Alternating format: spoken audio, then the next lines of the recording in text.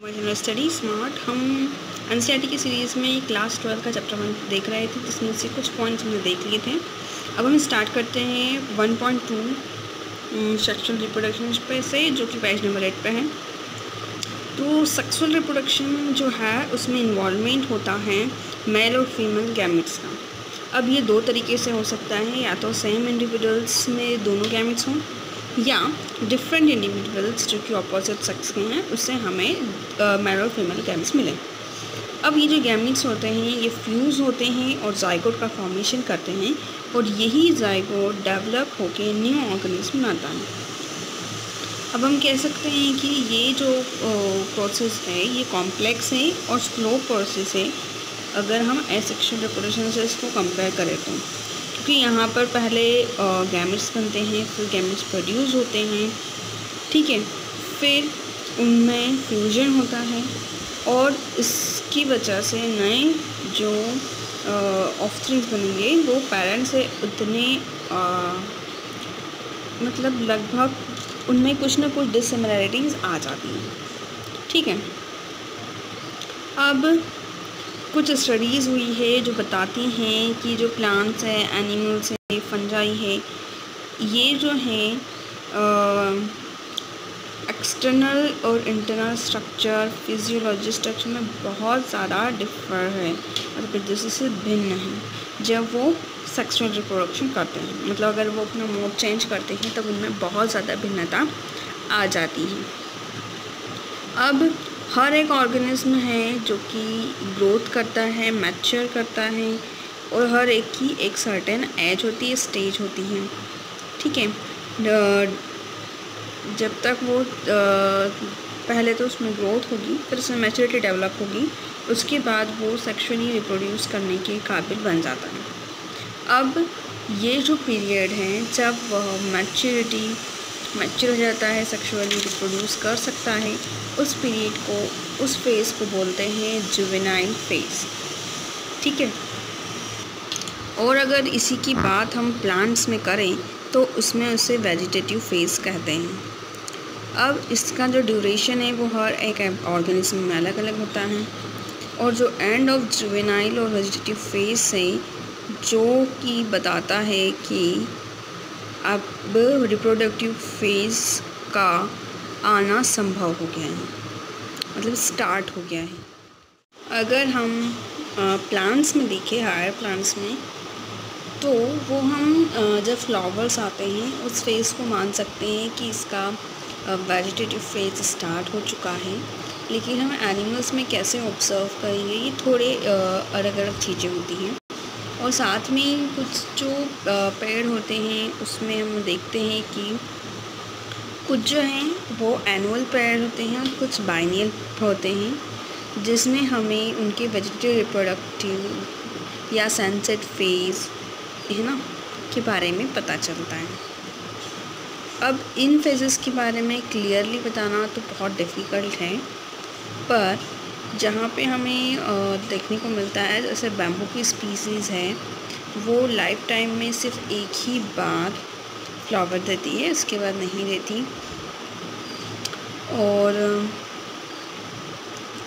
उसके बाद 50 से 100 वर्ष के बाद वो बहुत लार्ज नंबर ऑफ फ्रूट्स देते हैं, और उसके बाद वो पेड़ जो है वो मर जाता है, ख़त्म हो जाता है। और वैसे ही हम स्ट्रॉबिलेंथस कुंथियाना, जो कि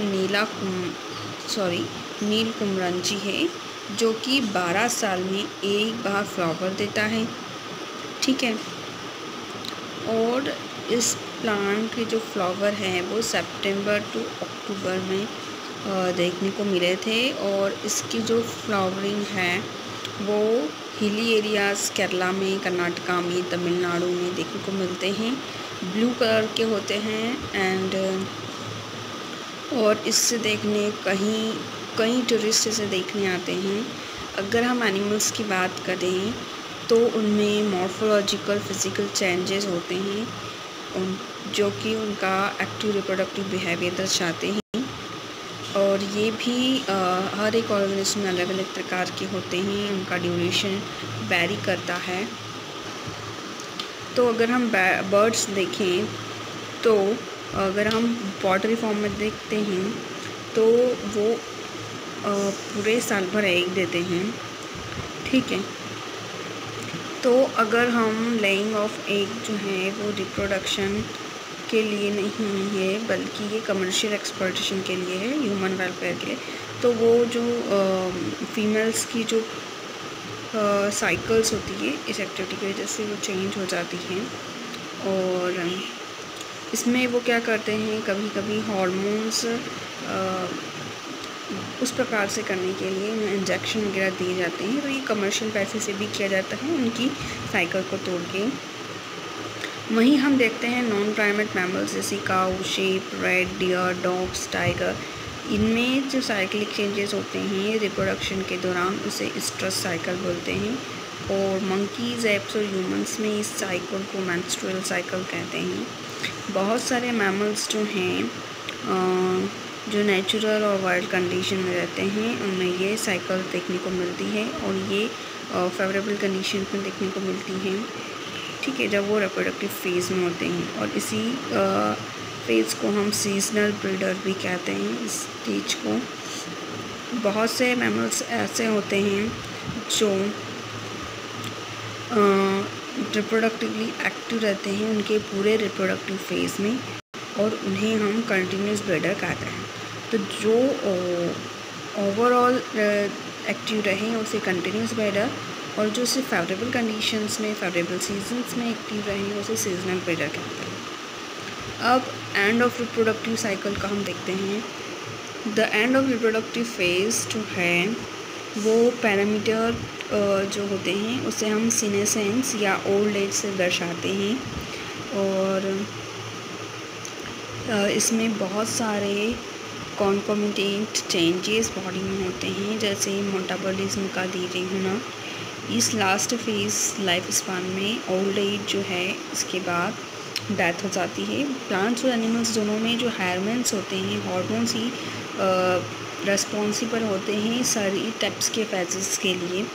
और जो हार्मोन्स और इन्वायरमेंट फैक्टर जो हैं वो रेगुलेट करते हैं हमारी रिप्रोडक्टिव प्रोसेस को, एंड ये हमारे बिहेवियरल एक्सप्रेशन सब को रेगुलेट करने का काम क्या करता है, हार्मोन्स और इन्वायरमेंट फैक्टर करते हैं।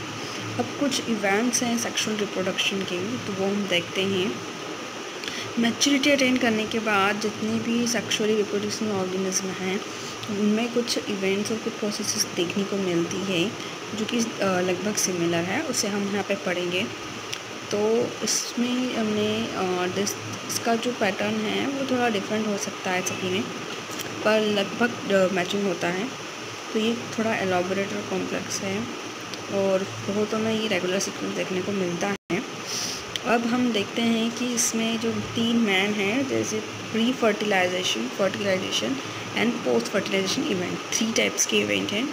प्री फर्टिलाइजेशन में हम देखें तो फ्यूजन के पहले जितनी भी चीज़ें होती हैं वो प्री फर्टिलाइजेशन में होती हैं। फर्टिलाइजेशन में फ्यूज़न वाला एरिया आता है और फ्यूज़न के बाद जाइगोट फॉर्मेशन और एम्ब्रियोजेनेसिस के बाद जो चीज़ें आती हैं वो पोस्ट फर्टिलाइजेशन इवेंट्स में आती हैं। सो हम नेक्स्ट वीडियो में आपको प्री फर्टिलाइजेशन इवेंट्स के बारे में बताएंगे। आज की क्लास के लिए इतना ही। आई होप आपको सेक्सुअल रिप्रोडक्शन समझ में आया हो, और कोई प्रॉब्लम हो तो बिल्कुल आप मुझे कमेंट करके बताइए, मैं आपकी प्रॉब्लम सॉल्व करने की कोशिश करूँगी। So thank you for now, bye bye.